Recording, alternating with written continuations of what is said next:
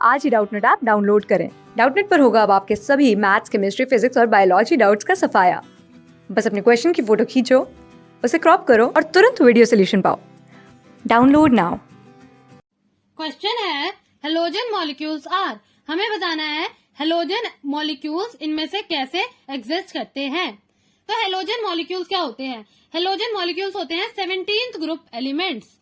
17th group element होते हैं। तो 17th ग्रुप को हम और कैसे डिनोट करते हैं? हम इसे 7A से भी डिनोट करते हैं, या फिर इस तरह रोमन लेटर के अंदर भी 7A से डिनोट करते हैं।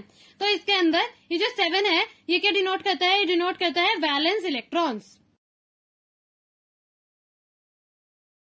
इसका मतलब जो हेलोजन मॉलिक्यूल्स होते हैं उनके पास 7 वैलेंस इलेक्ट्रॉन्स होते हैं।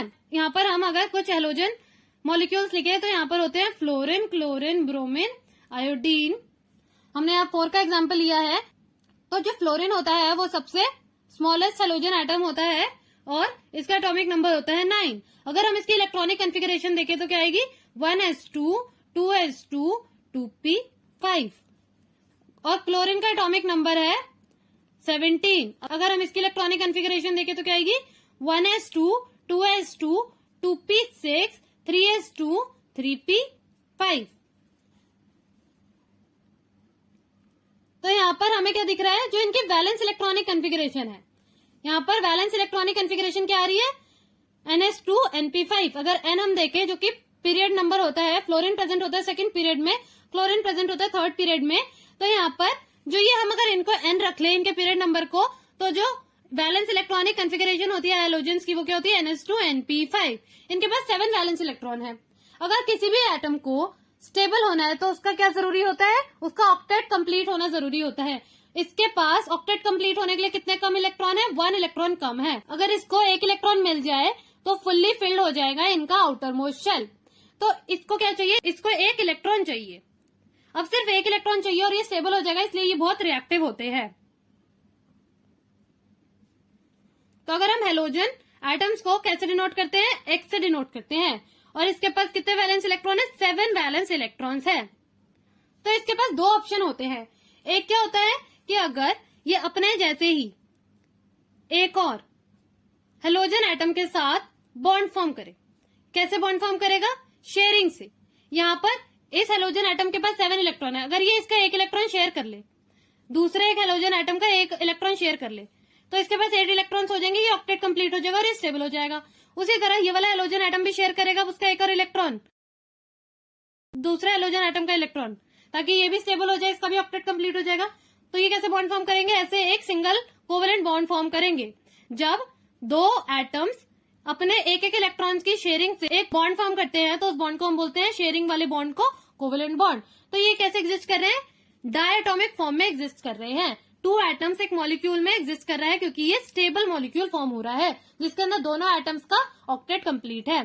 तो ये कैसे एग्जिस्ट करते हैं? डाई एटॉमिक फॉर्म में एग्जिस्ट करते हैं। इस मॉलिक्यूल के अंदर कितने एटम्स है? 2 हेलोजन एटम्स है, इसलिए इसे हम बोलेंगे डाई एटॉमिक। डाई मतलब 2, एटॉमिक मतलब 2 एटम्स। और ये कैसे अपने आप को स्टेबल कर सकता है? ये क्या करेगा? इसको अगर कहीं से 1 इलेक्ट्रॉन मिल जाए, 1 इलेक्ट्रॉन कहीं से मिल जाए इसको, तो ये वो इलेक्ट्रॉन ले लेगा और यहाँ पर क्या फॉर्म होगा? X। यहाँ पर क्या हो जाएगा? इसके पास एक और इलेक्ट्रॉन आ गया, एक न्यू इलेक्ट्रॉन आ गया, तो एक एक्सेस में इलेक्ट्रॉन है इसलिए इसके ऊपर आएगा एक माइनस चार्ज। तो यहाँ पर हेलोजन एटम कैसे फॉर्म में एग्जिस्ट कर रहा है? एक एनायन फॉर्म में एग्जिस्ट कर रहा है। तो अब इसके पास 2 ऑप्शन थे स्टेबल होने के लिए। इसमें भी इसका ऑक्टेट कंप्लीट है और इसके अंदर भी इसका ऑक्टेट कंप्लीट है। ऑप्शन ए में गिवन है डायटोमिक। तो डायटोमिक फॉर्म में तो एग्जिस्ट करते हैं halogen molecule and form X2 2- ion. But X2 form में ये स्टेबल है तो ये 2 इलेक्ट्रॉन्स और क्यू लेंगे, इसलिए ये इस आयन फॉर्म में एग्जिस्ट नहीं करते। तो ऑप्शन ए इनकरेक्ट है। Option B diatomic and form X- ion. तो ऐसे ही होता है, ये डायटोमिक फॉर्म में एग्जिस्ट करते हैं और X- आयन फॉर्म करते हैं, इसलिए ऑप्शन बी करेक्ट है।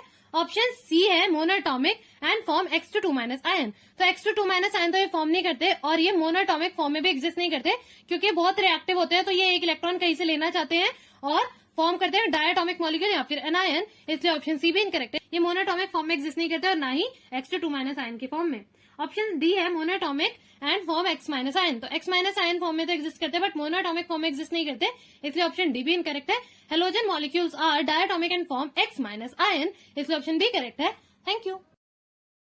क्लास 6 से 12 से लेके नीट, IIT, जेईई मेंस और एडवांस के लेवल तक 10 मिलियन से ज्यादा स्टूडेंट्स का भरोसा। आज ही डाउनलोड करें डाउटनेट ऐप या व्हाट्सएप कीजिए अपने डाउट्स 8400 400 400 पर।